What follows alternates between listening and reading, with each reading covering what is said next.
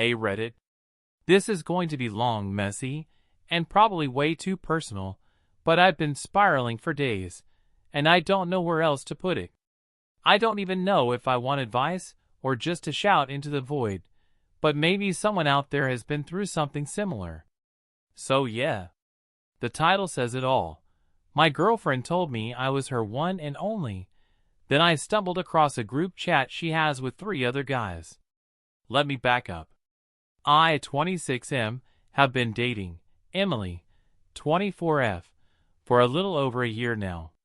We met in the most cliché way possible, at a friend's birthday party, where she spilled half her drink on me and then insisted on helping me clean it up. I thought she was hilarious, a little chaotic, and honestly one of the most magnetic people I'd ever met. I don't throw around words like soulmate, but I'll admit I started thinking them way too early. The first 6 months were a blur of late-night drives, her showing up at my place with random snacks, me cooking for her, she can barely boil pasta, and us binging the trashiest Netflix shows we could find. She called me her safe space. She told me things she said she'd never told anyone else. One night when we were lying on my couch, half asleep, she whispered, "You're my only. Like really. You're my person." And God, did I believe her. We started talking about moving in together around month 8.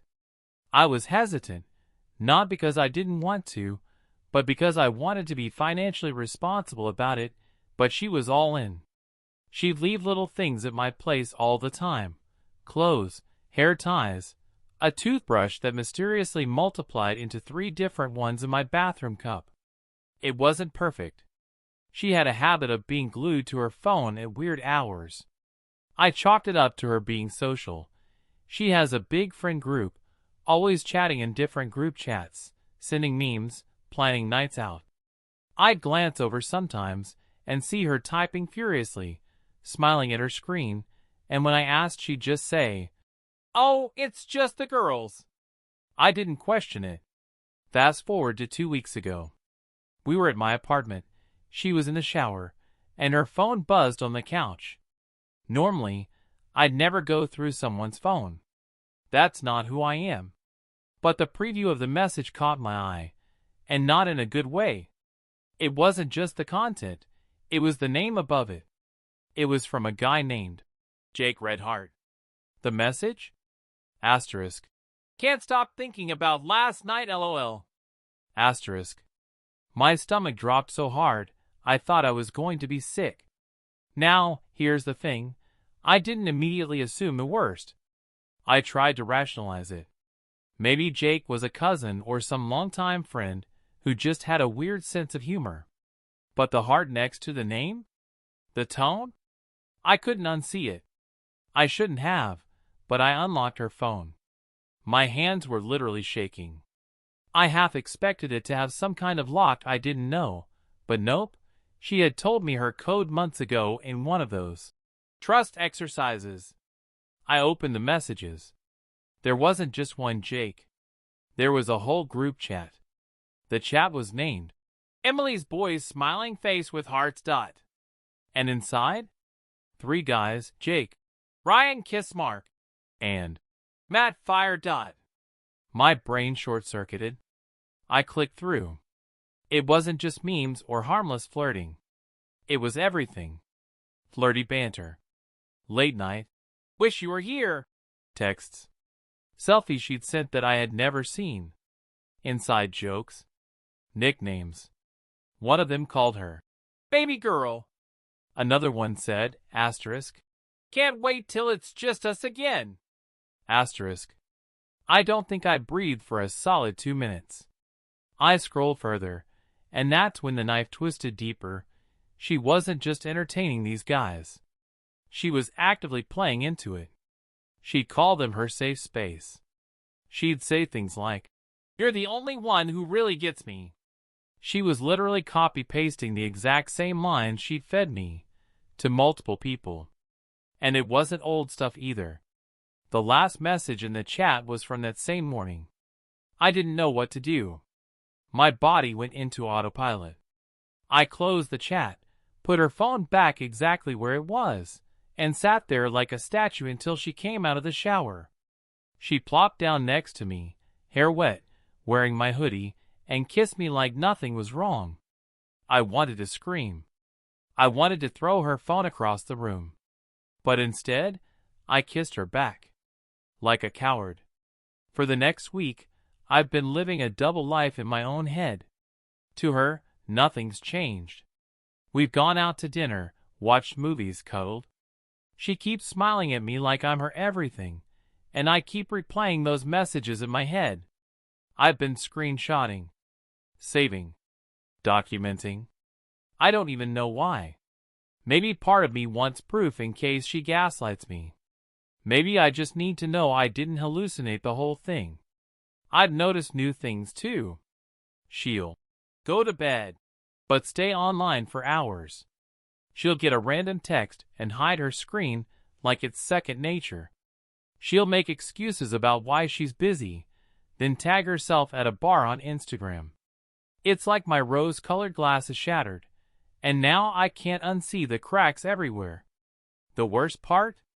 I'm still in love with her. Or maybe I'm in love with who I thought she was. Every time I think about confronting her, I freeze.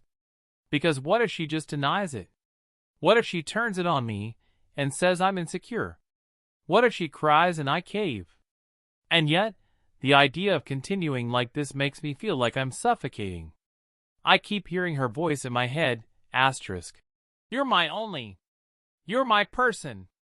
Asterisk, and then I see the group chat name. Emily's Boys. I don't know which one is real anymore. I haven't told anyone in my real life.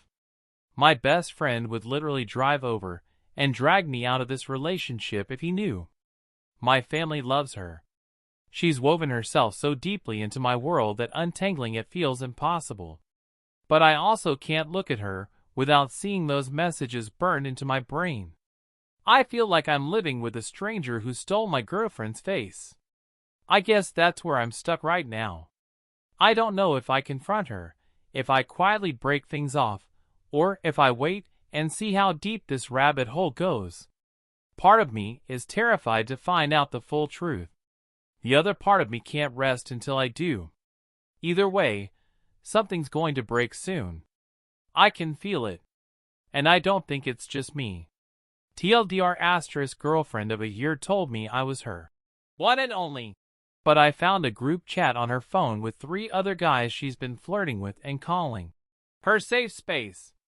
Haven't confronted her yet. Don't know if I'm losing my mind or if my relationship is already dead. Asterisk edit asterisk didn't expect this to blow up. I'll try to respond when I can. A lot of you are telling me to run, and deep down, I know you're right. But my heart and my brain are not on speaking terms right now. I'll update soon, maybe after I make a decision. / end of part 1, to be continued. Hey Reddit. It's me again. First off, holy hell, I didn't expect the first post to blow up the way it did.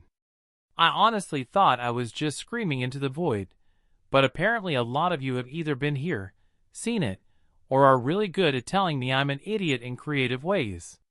Appreciate that, sincerely. A lot of you told me to run, to stop wasting my time, to pack her stuff into a trash bag and dump it on her porch. And part of me wanted to. Still wants to. But if it were that easy, I wouldn't be writing this. So here's the update. And buckle up, because it's been a ride. After my first post, I thought about it nonstop for 2 days. I couldn't sleep. Couldn't eat. Every time Emily looked at me with those big trusting eyes, I wanted to throw up. Finally, I decided I had to confront her. I couldn't keep rotting from the inside. I rehearsed the speech in my head 100 times. I imagined myself being calm, collected, maybe even a little smug. Like, caught you. But when it came down to it, the real thing was nothing like that. It was Friday night. She came over with Thai food, wearing sweatpants and my hoodie again, because apparently she's slowly stealing my entire wardrobe. We put on some dumb rom-com, and halfway through, while she was laughing with her head on my shoulder, I just blurted it out. "Who are Jake, Ryan, and Matt?" She froze. I felt her whole body stiffen against me. Slowly, she sat up, turned to me, and for the briefest second, I saw sheer panic in her eyes. Then it was gone, replaced with this weird calm mask. "Where did you hear those names?" she asked, carefully. My hands were shaking. "I saw your group chat. Emily's boys. Don't lie to me." Her face went through about 6 different emotions in 3 seconds. Anger, fear, guilt, something that looked almost like pity. Then she sighed, like I was a kid who had just asked a dumb question. "You went through my phone?" she said. "Not. That's not what you think." "Not. You misunderstood." "Just that," I snapped. "That's what you're focusing on. That I looked? Not that you're telling 3 other guys the same things you tell me?" She started crying. I swear, she can cry on command like an actress. "It's not like that," she said between sobs. "They don't mean anything. You're the only one I love. They're just friends I got too close with. It's stupid. I'm stupid. But you're my real one." And I wanted to believe her so badly. My heart was clawing at me, saying, "See? She loves you. This was just a mistake. But my brain remembered those messages. The pet names. The late-night whispers. The copy-paste lines. I told her I didn't believe her. That friends don't send half-naked selfies at 2 a.m. That friends don't say, "Can't wait till it's just us again." She broke down harder. Said she was scared of losing me, that she never meant to hurt me, that she just liked the attention, that it made her feel good, but it wasn't real. She begged me not to leave. She clutched my hands so tightly my knuckles went white. Here's where I did the thing half of you are going to roast me for. I didn't kick her out. I didn't end it right there. I told her I needed time to think. She agreed. She said she'd block them all. She even showed me her phone as she deleted the chat. She cried herself to sleep on my chest that night, whispering, "Please don't leave me." And I lay there staring at the ceiling, feeling like the dumbest man alive. The next few days were weirdly good. She was extra affectionate, constantly checking in, sending me selfies with, "I love you" captions. For a moment, I almost convinced myself that maybe she meant it, that maybe this was her wake-up call. But then Tuesday happened. I work from home some days. That morning, while she thought I was on a Zoom call, she left her laptop open on the counter. And guess what popped up? An email notification. From Ryan. Subject line, asterisk. "Last night, Red Heart." Asterisk. My stomach dropped again. I opened it.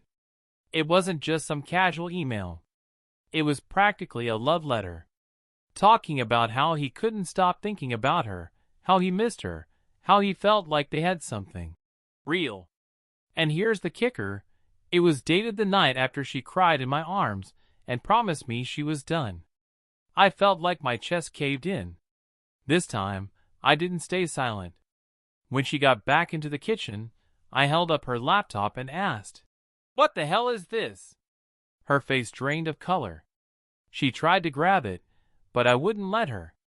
I read the whole email out loud to her like it was a courtroom trial. And her excuse? "He just doesn't get boundaries. I told him to stop. He's obsessed with me. I can't control how other people feel." But she never showed me her response. I asked to see it, and she flat out refused. That told me everything I needed to know. I told her to get out. She cried, begged, clung to me, but I didn't budge this time. She eventually stormed out, slamming the door so hard the frame rattled. I thought that would be the end. But oh no, Reddit. Not even close. The next morning, I woke up to about 50 missed calls and a barrage of texts. Not from Emily. From an unknown number. The first message? You don't know the full story. I thought it was spam until the next ones came in. Emily isn't who you think she is. Neither are we. Call me. Attached was a photo. A selfie of Emily, with one of the guys from the chat, smiling like they were a couple. Timestamp 2 weeks ago. My blood ran cold. So now, not only do I know she was lying, but one of these guys is reaching out to me. I don't know if it's Jake Ryan or Matt. I don't know what he wants. Revenge? Confession? To warn me.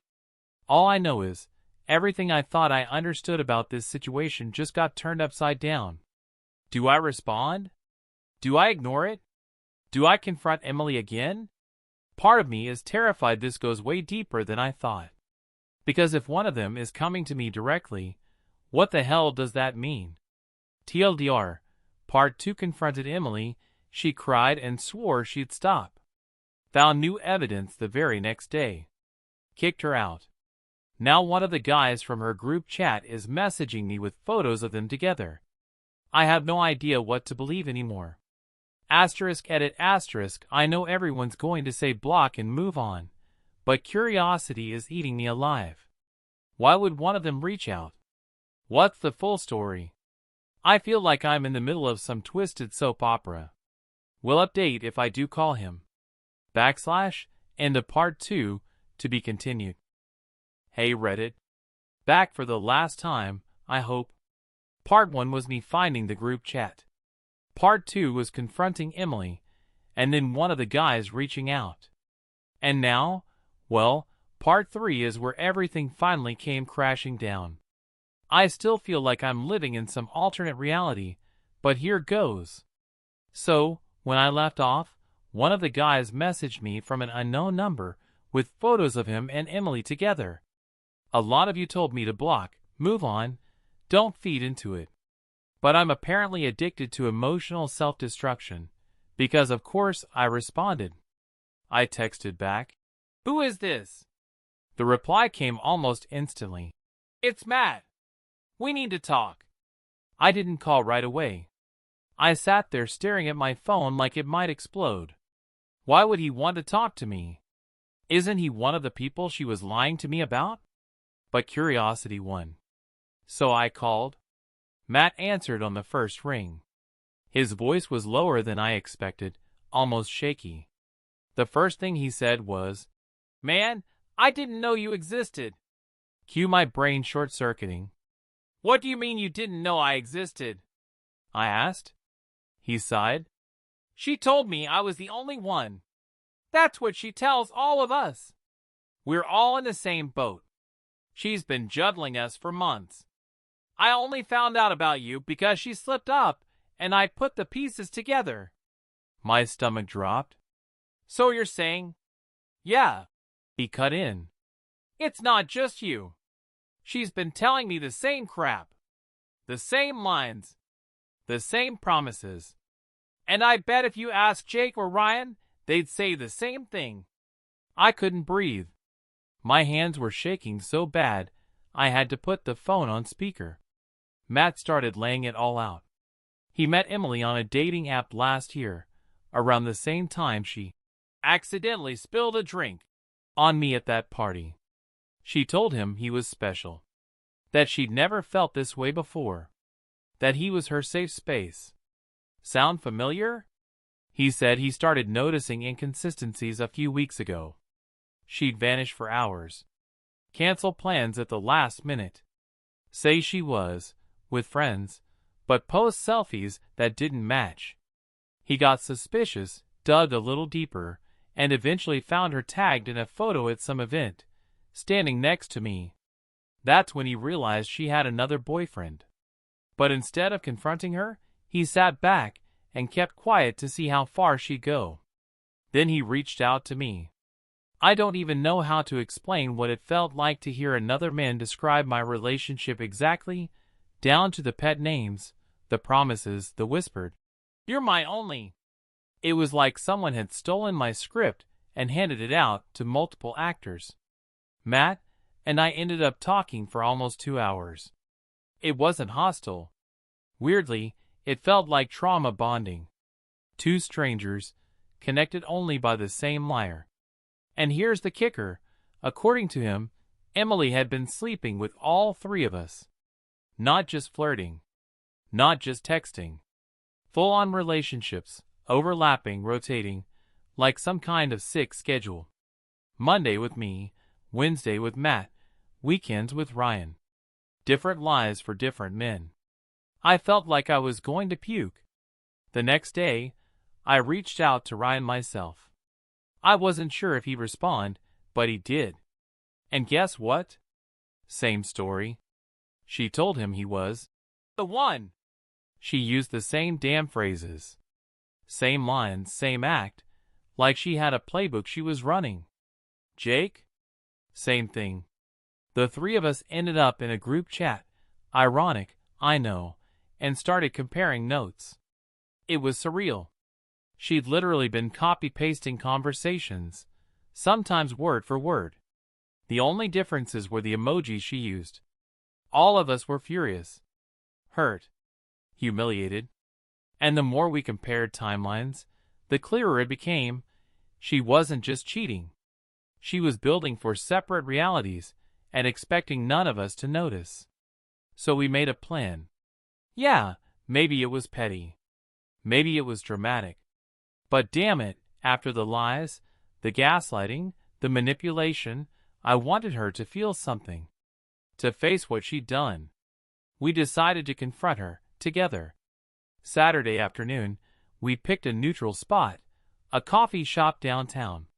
Each of us told her we needed to talk, and set the same time. She showed up looking confused but smiled when she saw me. Then she froze when Matt walked in. Then Ryan. Then Jake. Her face went pale. Like corpse pale. None of us said anything at first. We just sat there, for guys across from one girl, while she tried to figure out how to spin it. Finally, I broke the silence. So, which one of us is your only? She stammered. Tried to laugh it off. Tried to cry. But with all of us sitting there, comparing receipts, she couldn't lie her way out. Every time she denied something, one of us pulled up a screenshot that proved otherwise. She eventually just crumbled, buried her face in her hands and sobbed. Said she was lonely. Said she was afraid of commitment. Said we all gave her different things and she couldn't choose. It was pathetic. I don't know what I expected to feel. Vindication? Satisfaction? All I felt was empty. Like I'd been wrung out. We didn't yell. We didn't make a scene. We just stood up, one by one, and walked out, leaving her at that table surrounded by cold coffee cups and her own lies. That night, she blew up my phone. Dozens of texts, voicemails, begging me to forgive her. Promising she'd get help. Swearing I was the real one. I didn't respond. I blocked her. Everywhere. It's been a week now. I won't lie, it still hurts. A lot. Some nights I catch myself missing her laugh, the way she'd steal my hoodies, the little routines we had. Then I remember that she was stealing the same moments from 3 other men at the same time. It wasn't real. None of it was. The silver lining? Matt, Ryan, and Jake and I have stayed in touch. It's bizarre, but we become this little support group. We joke about writing a book called Emily's Boys and selling the movie rights. Dark humor, maybe, but it helps. And me? I'm trying to move forward. Therapy appointment booked. Deleted all our photos. Slowly reclaiming my space, my time, my sanity. I don't know if I'll ever fully understand why she did it. Maybe she needed constant validation. Maybe she just liked the game. Maybe she's broken in ways I can't fix. But I do know this, I deserve better. We all do. So that's the end. No dramatic revenge plot. No happy reunion. Just 4 guys walking away from a liar, and one guy finally remembering what self-respect feels like. TLDR, final one of the guys reached out and revealed we were all being lied to. Turns out my girlfriend was juggling 4 full-on relationships at once, telling each of us we were the only one. We confronted her together, exposed everything, and walked away. I blocked her, trying to heal and move on. Edit to everyone who followed this, thanks. Really. Your comments kept me sane. If you're in a situation like this, trust your gut. Don't ignore the signs. And don't let anyone convince you that you're crazy when you're holding the proof in your hands. Here's to moving forward.